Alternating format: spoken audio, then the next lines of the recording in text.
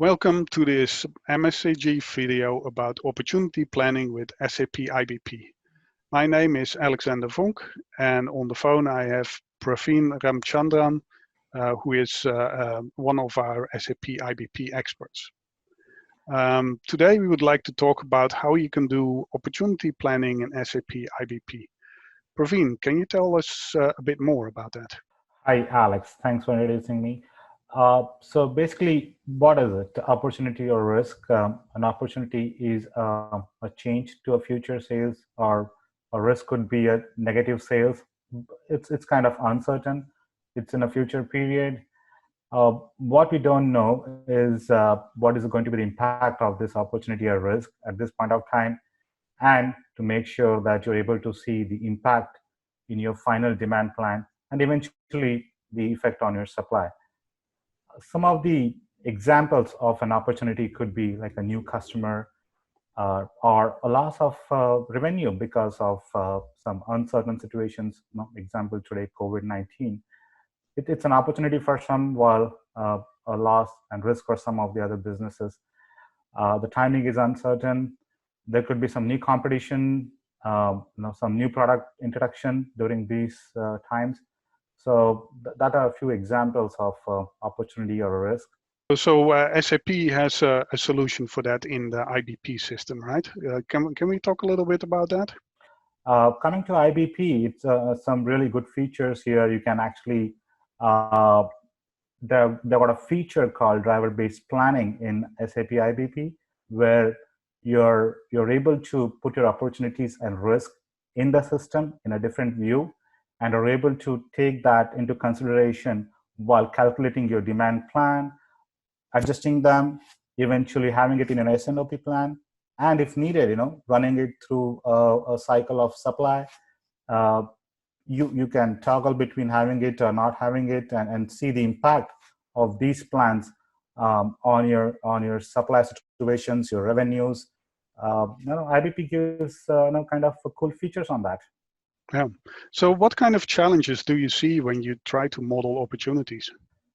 Well, that's a very interesting question, right, Alex? So typically you don't know what are your new customers because they are not yet created. You probably know what region it could come from, what product group it could be, but definitely we are not yet sure what products are going to take that numbers. Definitely not sure which locations are going to produce at this point of time. And we are not aware of many of these things, but yet you want to see the impact, and that's where the challenge is. And over and above, you need to know the impact on revenue, how to create an opportunity in your system without actually making sure that it's not affecting your current plan, not affecting your current data that you're using it for your daily runs, and also you should be able to see them on your charts. You should be able to provide some analytics with your opportunities and risks. Should be able to adjust them and see the effect on your numbers. And these challenges have been there for quite some time. It's IBP, with IBP coming up with the latest driver-based opportunity option to kind of allow you to get over many of these challenges. Oh, excellent. So actually, I see that last bullet point and I think, aha, my favorite kind of thing, a demonstration of how this works. Can you show us some in the system? Well, please? Absolutely. Sure. Thank you. Here we are on the IBP screen. There is an application called driver-based planning. This is your planning area name, and we have created different views. Now, these views can depend on the region, or you can actually use a specific window to create a planning view. Let's say I'm picking one of these views here, where you can see what opportunities you have, and the customer region, the product family, and you could have a bunch of months where you could put your opportunities or risk. Remember, these are all opportunities. If it's a risk, you have to have a negative value here. Now, I'll take a step back quickly and show you how this view has been created. You could name the view, you could define a time period. It all depends on what period you're looking at. I restricted it till October 20, but you could go all the way till next year. And you have different master data sets. Like I said, we have selected customer region and product family as the level at which you want to enter. Precisely, we do not know what product it's going to go. It's going to disaggregate on its own. The data entry for this seems to be relatively easy to do. So I see that the customer region basically is a kind of collection of customers, right? Don't know which customer, but I know it's going to be in this region. And a similar kind of thing with product family, right? So I don't have to specify my individual product, even though I know it's going to be maybe one or the other product, but I can just make a broad stab at it and say, okay, it's within this product family. Exactly. That's what the whole flexibility of the system comes into play. You are able to create at the level that you need, and it would disaggregate. The disaggregation itself, you could actually have your own logic. It doesn't have to be the one that's standard, but you could create your own logic. But again, it's definitely much easier for us to identify an opportunity or risk at a level where you can plan. And because you don't know the exact customer, you stick to higher levels and allow the system to take care of the rest of the stuff. Oh yeah, thank you. Okay, cool. So once you have a view here, you have got periods here. You just make sure that you have the numbers here. As you go through the view, you will see there are certain assumption category. You could actually create your own assumption category. Let's say a market growth or a competition. You're having a chance of this particular opportunity occurring 100%. We say, okay, there's a probability of having this as 100% versus something that could be 70% and something that could be a 50% opportunity, 50% chance of that thing happening. Of course, we added product family and we have the key figures.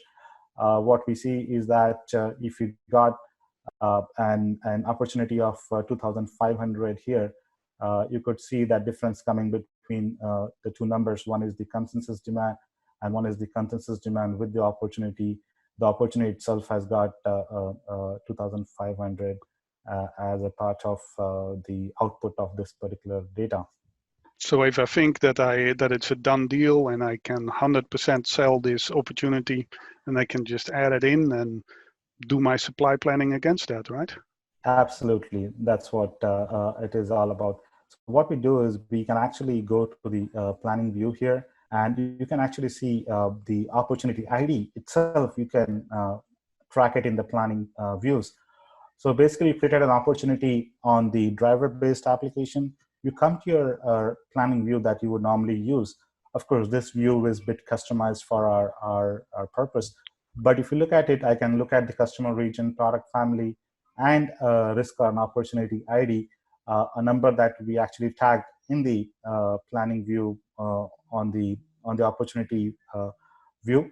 You can see the difference here coming up. You can see the number without the opportunity and a number that's a part of calculation that includes the opportunity with the probability of that opportunity actually occurring, right? So it's got a percentage, a part of percentage that's been added to these total numbers. Yeah. Now, so I can see that here the opportunity was 2,500, but the increase for America is only 800. Is that because the rest is split among the other regions? Yes, basically what it means that there are two ways to look at it. The total opportunity was 2,500, and it's split between Americas and EMEA as well. Yes, the difference is actually coming from the opportunity ID and the percentage that's applied to that particular product family. So you would see a total number is 2,500, but we only have applied a percentage of it to this particular product family and region. Same with here, you could see that happening for other opportunities. For example, look at this, 104. you would see a number 1000 and number 2000 here, but the difference itself is only 500 here and 1000 here. The reason being that we have put a probability of occurrence of only 50, and that means it's only taking the 50% of these numbers on the final calculation. Now, this itself is not the end of the process. Once you have this, you could actually go ahead and release it to your S&OP plan. You got a way to release either this key figure, which is your number without the opportunity, or this key figure, which is the number with your final opportunity, and evaluate actually the impact of this particular opportunity on your revenues. Not only that, once you have those numbers, you can come back and adjust the percentages here, saying, now that I think this opportunity will occur 100%, you come back, you make sure that you go back to your view, you change this to 100% here or here, and again, the moment you change it, it will reflect automatically on your instantly on your Excel views here. Yeah, very good. So how would I go about asking my SNOP analyst to basically work on this in a separate version so that it doesn't impact my regular numbers right away? Yes, thanks for bringing that point, Alex. So basically, you know what, like a simple example, I would say, hey, I'll create a risk and I'll put in a downside version, and I'll create an opportunity and put in an upside version. Or you can do both in a version that's different from your normal version. For example, I'm using a baseline version in my calculation, day-to-day calculation, but SNOP, I want to see the impact of this opportunity. I would do it in a upside version or a downside version, and compare the numbers coming from both versions.